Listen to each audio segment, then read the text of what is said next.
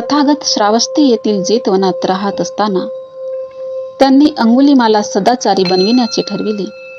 आपले चीवर भिक्षापात्र घेऊन अंगुलीमाला शोधण्यासाठी निघाले.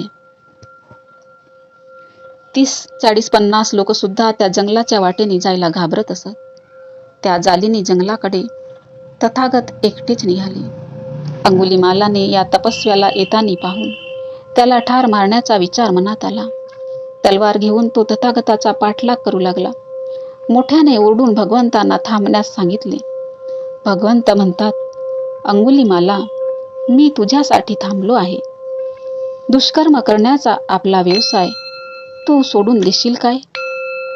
तुला सदाचरणाच्या मार्गावर आणण्यासाठी मी आलो आहे.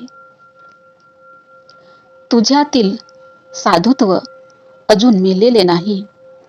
जर त्याला तू संधी देशील